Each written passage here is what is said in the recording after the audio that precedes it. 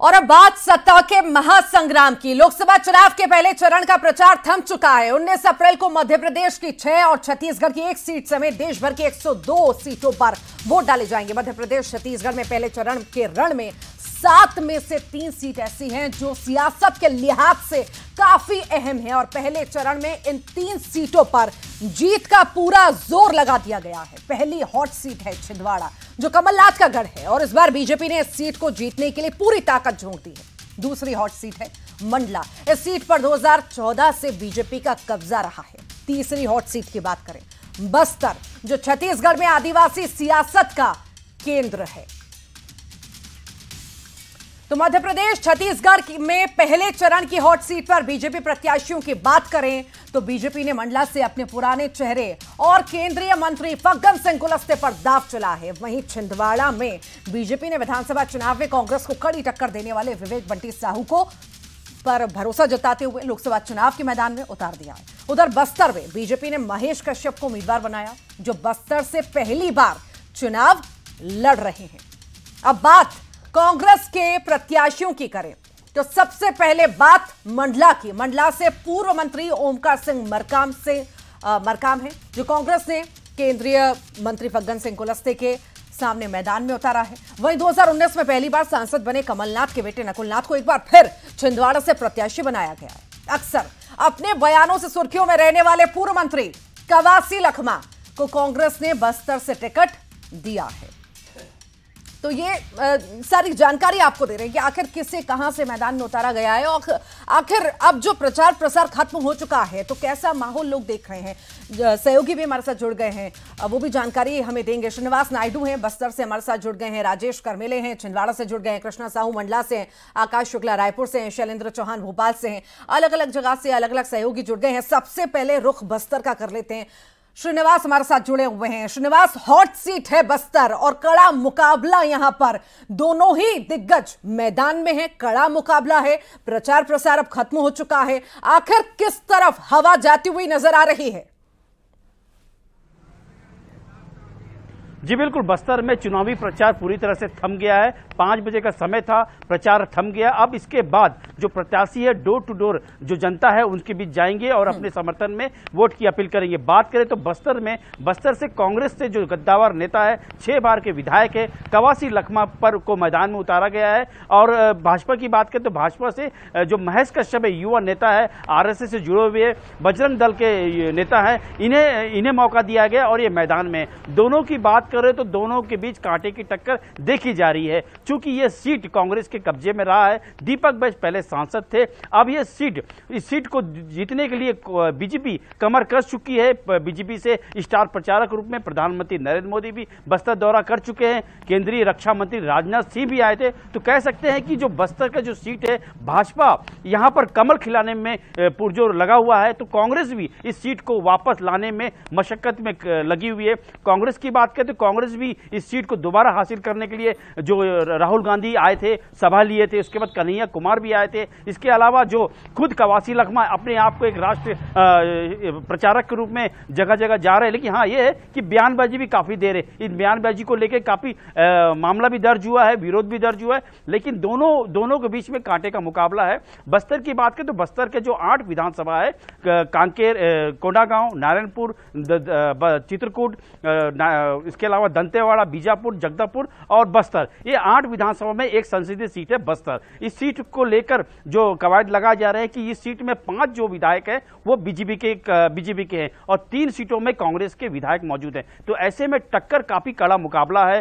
कांग्रेस को लेकर यह आश्वासन लगाया जा रहा है कि कांग्रेस के जो प्रत्याशी कवासी लखमा अपने बयानबाजी में काफी चिर परिचित अंदाज से लोगों तक पहुंच रहे हैं। तो वही जो महेश कश्यप है वो भी एक स्टार प्रचारक के रूप में जा रहे हैं, क्योंकि युवा नेता है। तो ऐसे में जो बस्तर की जो जनता है वो किस और हवा रुख करेगी, तो 19 अप्रैल को पता चलेगा कि किसे ज्यादा मत दिया है, किसे अपना सांसद चुना है और किसे दिल्ली भेजने की तैयारी करेगी। लेकिन फिलहाल जो मुकाबला है ये दोनों के बीच में। बात करें तो बस्तर संसदीय सीट में कुल 11 प्रत्याशी मैदान में है, लेकिन दोनों के बीच में जो भाजपा और कांग्रेस के बीच में ही कड़ा मुकाबला देखने को मिल रहा है। जी ठीक ठीक ठीक, आकाश का रुख कर लेते हैं रायपुर का। परंपरागत सीट बीजेपी की, गढ़ बीजेपी का ब्रजमोहन अग्रवाल का दबदबा, यहां पर कैसा रुख आप देख रहे हैं? अब तो चुनाव प्रचार भी खत्म हो चुका है, इस दौरान आपने क्या देखा और अब सियासी हवा किस ओर दिखाई दे रही है? जी बिल्कुल, देखिए छत्तीसगढ़ में 3 चरणों में चुनाव होने हैं और दूसरे चरण में जो होना है वो रायपुर में। फिलहाल अभी बस्तर में जो चुनाव होना है उसके लिए 1 सीट है 11 सीटों में से, जहां पे मतदान परसों डलना है 19 तारीख को, जिसके लिए आज चुनाव प्रचार थम गया है। वहां पर जो आप देखें कि पिछली जो सीट थी वो कांग्रेस के पास थी, दीपक बैज वहाँ के सांसद रहे हैं और पिछले जो आंकड़े बताते हैं कि 44% वोटों से जो है दीपक बैज ने जीत दर्ज की थी। भाजपा पीछे रह गई थी दूसरे नंबर पर। वो वोट का अंतर 4% का रहा है। कहीं ना कहीं वो 11 सीटें लाने का जब भाजपा दावा कर रही है तो चैलेंजिंग सीट बस्तर है, क्योंकि कांग्रेस के पास थी। तो लगातार मेहनत बीजेपी उस हिसाब से करती नजर आई। प्रधानमंत्री नरेंद्र मोदी ने वहां पर सभा लिया। इसके अलावा राजनाथ सिंह और कई दिग्गज पहुंचे थे। लगातार पार्टी वहां पे सक्रिय रही थी। जमीनी स्तर पर पूरी ताकत जो है वो बीजेपी ने झोंक दी थी और प्रयास यही है कि 11 सीट जीतों में पहले जो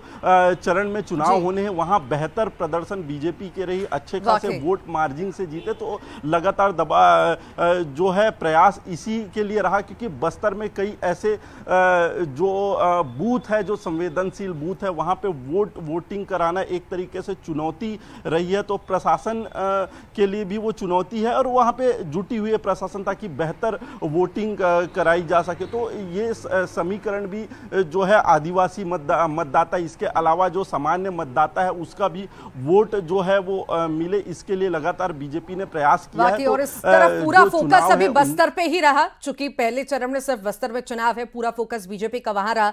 रायपुर में भी पूरा फोकस है। आने वाले दिनों में बड़ी बड़ी सभाएं भी हैं। हालांकि देखने वाली बात होगी कौन कितना जोर लगा पाता है। लगातार बने रहिए आकाश, अब हमारे साथ राजेश करमेले छिंदवाड़ा से जुड़ गए हैं। राजेश, ना सिर्फ प्रदेश की हॉट सीट है, ये पूरे देश की हॉट सीट है, इस पर चर्चाएं लगातार हर कहीं चल रही हैं।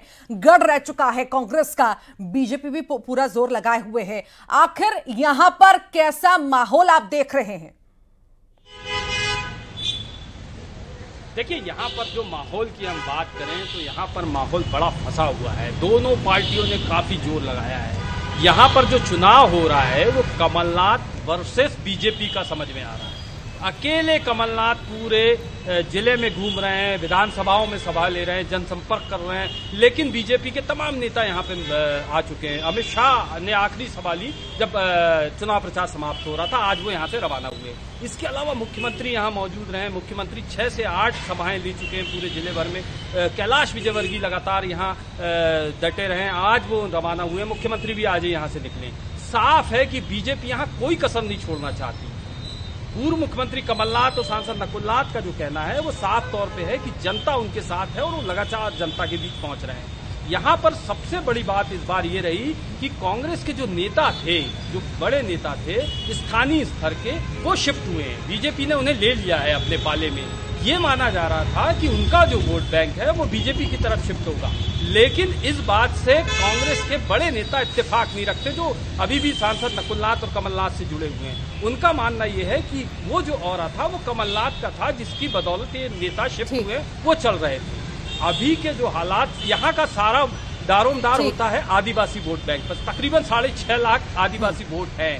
इसी पर पूरी पार्टियों ने फोकस किया है कि इन वोटों को अगर हासिल कर लिया जाता है या एक तरफा इन लोगों ने वोट किया तो ये पार्टियां निकल जाएंगी। ठीक ठीक ठीक, लगातार बने रहिए। शैलेंद्र चौहान भी हमारे साथ जुड़े हुए हैं। शैलेंद्र, चूंकि चुनाव का प्रचार प्रसार लगातार चल रहा है, भोपाल का भी हम जिक्र करते हैं।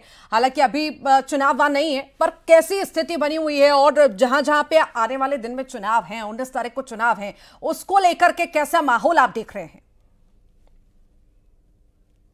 अगर बात की जाए तो पहले चरण के जो वोटिंग होना है उसको लेकर चुनाव प्रचार का शोर थम चुका है, लेकिन अब दोनों ही पार्टियों का दूसरे चरण पर फोकस होगा, क्योंकि दूसरे चरण में सबसे महत्वपूर्ण 3 बड़ी हॉट सीट होगी। जैसे कि अभी पहले चरण में देखा जाए छिंदवाड़ा और मंडला, ये 2 बड़ी सीट है जिस पर सबसे की नजरें टिकी है कि आखिर यहाँ पर किन नेताओं के भविष्य का क्या होगा। उसी तरह अगर हम दूसरे चरण की बात करें तो केंद्रीय मंत्री ज्योतिरादित्य सिंधिया की सीट सबसे अहम होगी और दिग्विजय सिंह जो कि राजगढ़ से चुनाव लड़ रहे हैं, उनकी अहम सीट होगी राजगढ़। ये 2 सीट बहुत ही बड़ी है जिस पर सबकी नजरें टिकी होगी कि आखिर इन 2 सीट का भविष्य क्या होगा, क्योंकि ये सब कद्दावर नेता है जो मध्य प्रदेश की राजनीति की दशा दिशा भी निर्धारित करते हैं या कहीं ना कहीं एक मध्य प्रदेश के छत्रप नेता माने जाते हैं। तो आने वाला चुनाव, और दूसरे अगर हम चरण की बात करें तो खजुराहो प्रदेश अध्यक्ष वी डी शर्मा की भी सीट है। ये सभी महत्वपूर्ण सीट है जहां पर चुनाव होना है। तो आने वाला जो दूसरे चरण है अब उस पर सब फोकस होगा। भोपाल की बात करें तो कल भोपाल में जो बीजेपी के प्रत्याशी आलोक शर्मा, उनका नामांकन कल भरा जाएगा। कल यहाँ पर मध्य प्रदेश की टॉप लीडरशिप मौजूद रहेगी, सीएम मौजूद रहेंगे, प्रदेश अध्यक्ष मौजूद रहेंगे। तो कल भोपाल में एक बड़ा जी ठीक लगातार बने रहिए शैलेंद्र। आप कृष्णा साहू मंडला से हमारे साथ जुड़ गए हैं। कृष्णा, कैसा माहौल मंडला में? जी बिल्कुल ऋतु, बताना चाहूंगा कि जो मंडला का माहौल है इस समय बिल्कुल जो यहाँ का मतदाता बहुत साइलेंट मोड पर है। और मैं यह बताना चाहूंगा आपको कि यहाँ पर जो बीजेपी ने केंद्रीय मंत्री और केंद्रीय इस्पात और ग्रामीण विकास राज्य मंत्री फग्गन सिंह कुलस्ते को अपना उम्मीदवार बनाया, वही कांग्रेस ने ओमकार सिंह मरकाम जो कि डिंडोरी के 4 बार के विधायक है उनको अपना प्रत्याशी बनाया। दोनों ही आदिवासियों के बड़े नेता माने जाते हैं। और लेकिन यहाँ पर सबसे बड़ी बात है जो फग्गन सिंह कुलस्ते हैं वो मोदी जी की गारंटी के ऊपर निर्भर है। और वहीं पर जो ओमकार मरकाम है वह 6ठी अनुसूचित को लेकर वो जनता के बीच में है। दोनों का अभी तक का जो रहा प्रचार प्रसार बहुत ही तेज रहा। इसके साथ ही अगर हम बात करें यहाँ पर तो यहाँ पर कई बड़ी सभाएं हुई हैं। यहाँ पर गृह मंत्री अमित शाह तक का आगमन हुआ था। इसके साथ ही संघ प्रमुख मोहन भागवत जी का भी आगमन हुआ था। वहीं पर मंडला लोकसभा क्षेत्र में अगर कांग्रेस की तरफ से बात करें तो राहुल गांधी की केवलारी में सभा हुई थी। इसके साथ ही यहाँ पे जो जीतू पटवारी हैं, उमंग सिंगार हैं और अरुण यादव, इनका लगा ठीक लगातार बने रहिए शैलेंद्र, लगातार हमारे साथ जुड़े हुए हैं। शैलेंद्र, आखिर आप सियासत के तौर से मंडला को किस तरह देख रहे हैं? जो चुनाव है किसका दबदबा यहाँ पर ज्यादा नजर आ रहा है? क्या वाकई में जो दावा किया जा रहा है कांग्रेस की ओर से, दम भरा जा रहा है कि हाँ हमारी ही हवा यहाँ चल रही है, हम ही जीत हासिल करने वाले, कैसा लग रहा है? देखिए, मंडला सीट की अगर बात की जाए तो यहाँ पर जो केंद्रीय मंत्री फग्गन सिंह कुलस्ते हैं उनकी प्रतिष्ठा भी दांव पर लगी। सबसे बड़ी बात यह कि विधानसभा चुनाव अभी उन्होंने 4 महीने पहले ही मंडला से लड़ा था और फग्गन सिंह कुलस्ते यहाँ पर हार गए थे। तो कहीं ना कहीं स्थानीय स्तर पर एक बात सामने आ रही है कि फग्गन सिंह कुलस्ते को लेकर वोटर्स नाराज हैं। लेकिन यहाँ एक बड़ा फैक्टर जो काम करता है वो मोदी लहर है। मोदी लहर के अलावा राम मंदिर हो या विकास का मुद्दा हो या बीजेपी की जो रणनीति है, यह सब एक तरह से कुलस्ते के लिए फायदेमंद हो सकती है। लेकिन यहाँ पर जो कांग्रेस के लिए अगर प्लस बात देखी जाए तो यहाँ पर जो ओमकार सिंह मरकाम है वो पूर्व अभी वर्तमान में विधायक है और पूर्व मंत्री भी रहे। तो एक अच्छी फाइट यहाँ पर होने वाली है, ये दिखता अभी नजर आ रहा है। ठीक बहुत बहुत शुक्रिया आप सभी का जानकारी को साझा करने के लिए। और इसी के साथ ही सत्ता के महासंग्राम में फिलहाल के लिए इतना ही। नमस्कार।